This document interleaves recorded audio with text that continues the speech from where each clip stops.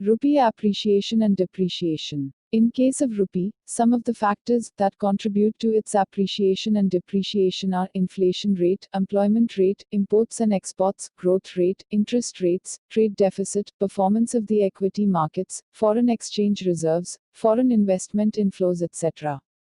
Other aspects that contribute to appreciation or depreciation are net inflow or outflow of money. The overall inflow and outflow of the money affect the value of a country's currency. The more the inflow, the better the value, the more the outflow, the worse the value. Income levels. When the incomes of the citizens increase, they tend to spend more, that increases the demand for imported goods, increasing the demand for foreign currencies, contributing to an overall weakening of the local currency. Overseas market. A country that has a trade surplus results in currency appreciation, and the country that lacks or has lesser trade surplus tends to have a weaker value of its currency. Trade surplus. It means a country that sells more goods and services in overseas markets than it buys from others, has a trade surplus, which means more inflow of foreign currency in the country than what we as a country pay for the imports. Trade surplus is one of the many reasons that strengthens or weakens the rupee. One of the major reasons behind the rise and low of the currency is through foreign exchange demand. The rates for the foreign exchange of currencies directly depends on the market scenario, followed by the countries. Floating or flexible exchange rates are determined by market forces without any intervention of central governments. For example, it may happen that, due to heavy imports, the supply of the rupee shows an increment, while its value may fall, or a contrasting situation may arise, where an increase in exports and high dollar inflows may result in strengthening the rupee. Another reason can be the rise in the travel and tourism industry.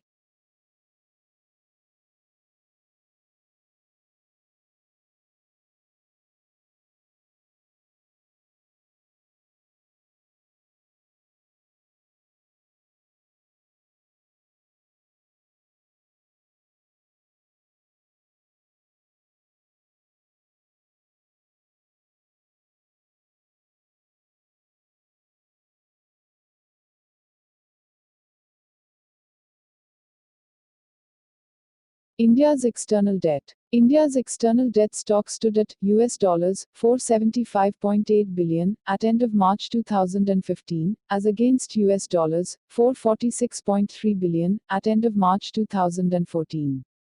Notwithstanding the increasing external debt stock during 2014 to 15, crucial debt indicators such as external debt to GDP ratio and debt service ratio remained in the comfort zone. External debt of the country continues to be dominated by the long-term borrowings.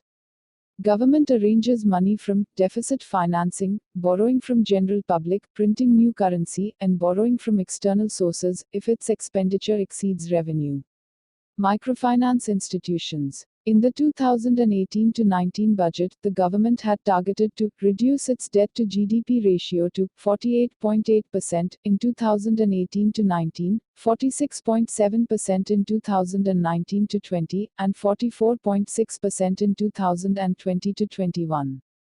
Microfinance institutions in India exist as NGOs, registered as societies or trusts, Section 25 companies, and non-banking financial companies, NBFCs. The combination of minimal regulation and rapid sector growth led to an environment where customers were increasingly dissatisfied with microfinance services, culminating in the Andhra Pradesh crisis in the fall of 2010. Due to low repayment rates, microfinance institutions with exposure to Andhra Pradesh suffered significant losses.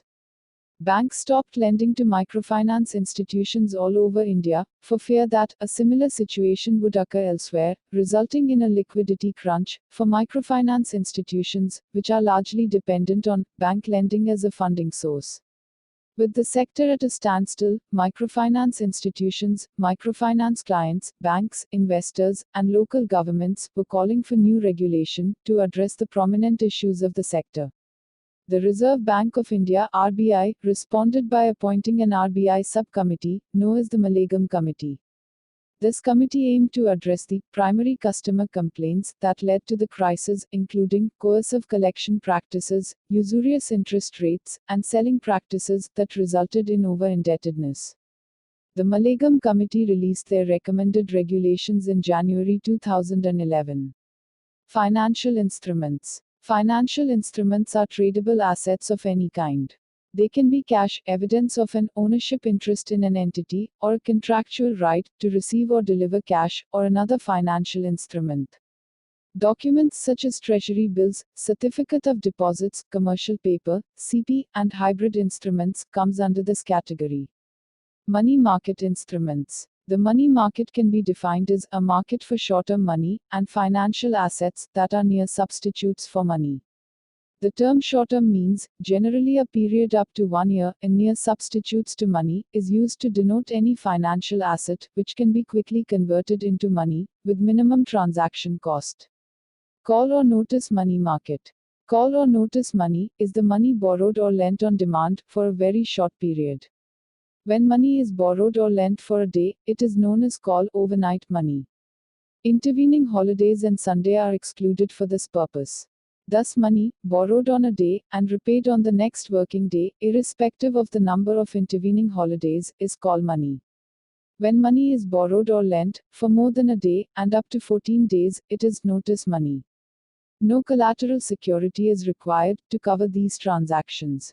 Interbank term money. Interbank market for deposits of maturity beyond 14 days is referred to as the term money market. The entry restrictions are the same as those for call or notice money, except that, as per existing regulations, the specified entities are not allowed to lend beyond 14 days. Treasury bills. Treasury bills are short-term, up to 1 year, borrowing instruments of the Union government. It is an IOU of the government. It is a promise by the government to pay a stated sum after expiry of the stated period from the date of issue, 14, or 91, or 182, or 364 days, that is less than 1 year. They are issued at a discount to the face value, and on maturity, the face value is paid to the holder. The rate of discount and the corresponding issue price are determined at each auction. Certificate of deposits. Certificates of deposit is a negotiable money market instrument and issued in dematerialized form, or as a usance promissory note for funds deposited at a bank or other eligible financial institution for a specified time period. Guidelines for issuance of CDs are presently governed by various directives issued by the Reserve Bank of India, as amended from time to time. CDs can be issued by 1. Scheduled commercial banks, excluding regional rural banks, RRBs, and local area banks, LAB. 2. Select all India financial institutions that have been permitted by RBI to raise short-term resources within the umbrella limit fixed by RBI. Commercial paper, CP. CP is a note in evidence of the debt obligation of the issuer. On issuing commercial paper, the debt obligation is transformed into an instrument. CP is thus an unsecured promissory note privately placed with investors at a discounted rate to face value determined by market forces. CP is freely negotiable by endorsement and delivery.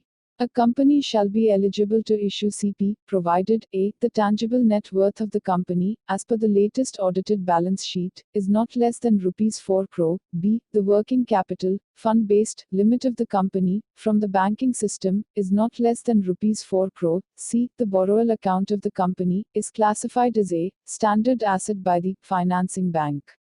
Capital market instruments. The capital market generally consists of the following long-term period, that is more than 1 year period, financial instruments in the equity segment, equity shares, preference shares, convertible preference shares, non-convertible preference shares, etc., and in the debt segment, debentures, zero-coupon bonds, deep discount bonds, etc.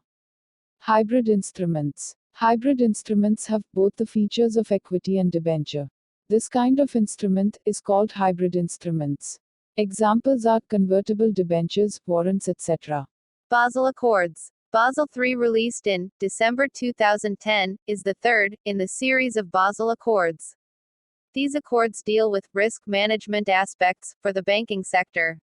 These norms to be partially implemented from March 31, 2015, in phases, and would be fully implemented as on March 31, 2018. According to Basel Committee on Banking Supervision, Basel III is a comprehensive set of reform measures developed by the Basel Committee on Banking Supervision to strengthen the regulation, supervision, and risk management of the banking sector. How Basel III norms will affect Indian banks. The Basel III, which is to be implemented by banks in India, as per the guidelines issued by RBI, from time to time, will be challenging task, not only for the banks, but also for Government of India. It is estimated that Indian banks will be required to raise rupees 6 lakh crores in external capital, that is by 2020. The estimates vary from organization to organization. Expansion of capital to this extent will affect the returns on the equity of these banks, especially public sector banks. However, only consolation for Indian banks is the fact that, historically, they have maintained their core and overall capital well in excess of the regulatory minimum.